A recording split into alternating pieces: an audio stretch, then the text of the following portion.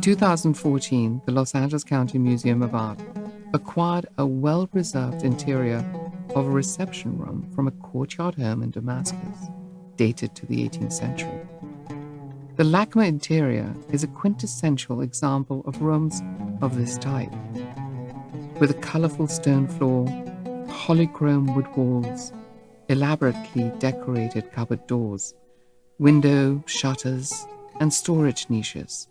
A spectacular arch of cast plaster voussoir decorated with colored paste inlay, and an intricately inlaid stone wall fountain with a carved and painted stone hood.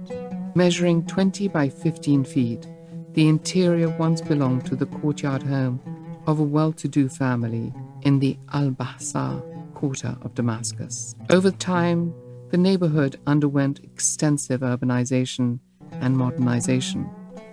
And in 1978, the home itself was demolished to make way for a road.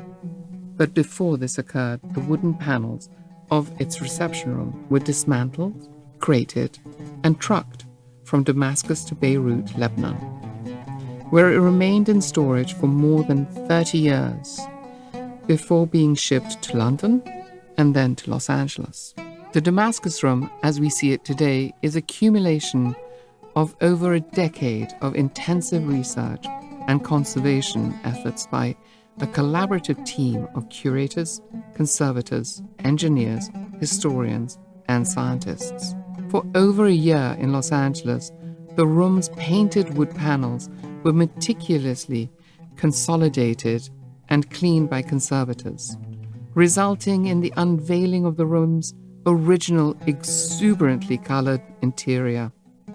The panels were then mounted on self-supporting custom-made aluminum armature that could be disassembled for packing, shipping, and reinstallation. The newly restored room was first showed in Dhahran, Saudi Arabia in 2018 and returned to California in October 2020. Even before its return to the United States, planning had already begun for the Damascus room's premiere in Los Angeles.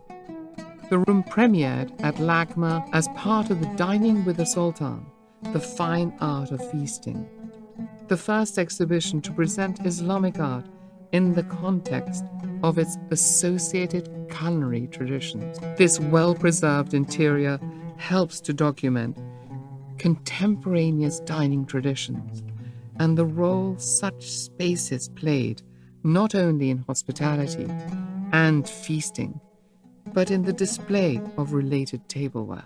Recent studies of consumer culture, dining traditions, and its related etiquette in Ottoman Damascus helped us to envision one of the primary ways in which the rooms functioned as a place of entertainment. 18th century Damascus was one of the largest cities in the Ottoman Empire. Though it functioned as a provincial capital, the city's wealth and influence was aligned with its role as a hub for international and especially regional commerce, and as a gathering place for the Hajj caravan to Mecca. Rich merchants, members of the military, and clerical class were among the middle and upper strata of the 18th century society, able to commission large, well-appointed homes like the one from which LACMA interior came. They also had the means to enjoy the abundant produce and livestock grown in the surrounding countryside, as well as luxury goods imported from farther afield. For the affluent, this included a wide array of available meats, dairy products, cooking oils, spices, seasonal fresh produce such as carrots, squash, cauliflower, grapes, watermelon, and apricots, hazelnuts, walnuts, and almonds. And finally, confectionaries of pastries like kunafa and baklava, of which the consumption of such sweets were markers of privilege. The primary beverage was water, which was abundant and safe due to the city's large underground aquifer and its close proximity to the Barada River. Homes with courtyard fountains were fed water directly from the underground public pipes. Coffee, imported from Yemen, was another popular beverage for those who could afford it. Those who could not drank the cheaper coffee grown in the New World.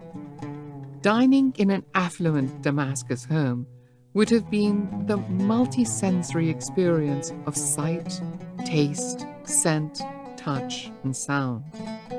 There was, of course, a kaleidoscope of colors and rich patterns of the reception room and its furnishings, but also the colorful presentation of appearance of dishes.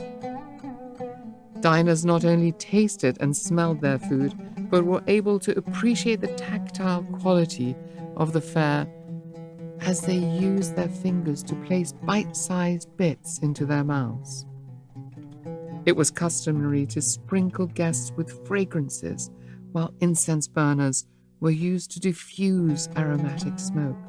For special occasions, entertainment would be provided by musicians and singers hired by the host.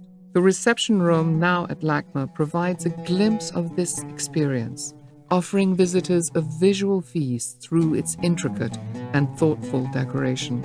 The goal was not to produce an absolute historical recreation of an 18th century Damascus room, which was part of a courtyard home in 1766 to 1978, especially as there are no existing photographs or drawings of this room in its original setting. Instead, the curatorial decision was to recreate a space that would capture the essence of such Ottoman domestic interiors without entirely divorcing the room from either its more recent history or its new 21st century museum context.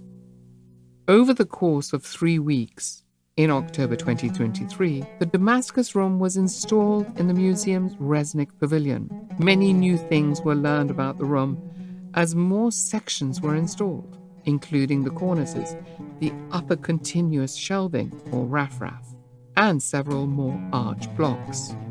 And the shuttered windows were open. Additionally, elements were fabricated to complete the room, including window grills and 3 acrylic sheets colored with ink, based on actual windows that evoke the type that were typically found in the clear story above the cornices.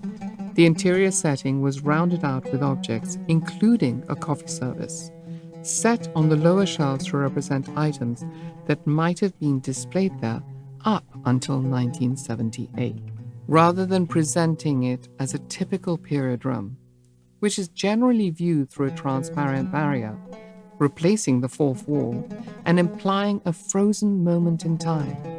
Our visitors can enter the room for a more immersive and intimate experience.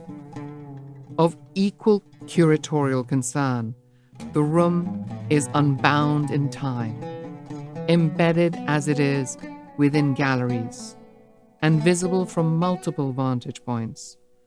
While the vista from one of the room's windows reveals contemporary Los Angeles, looking towards 6th Street, with its palm trees and passing cars, this remarkable room embodies the profound connection between the past and present, one which is at the heart of an encyclopedic art museum.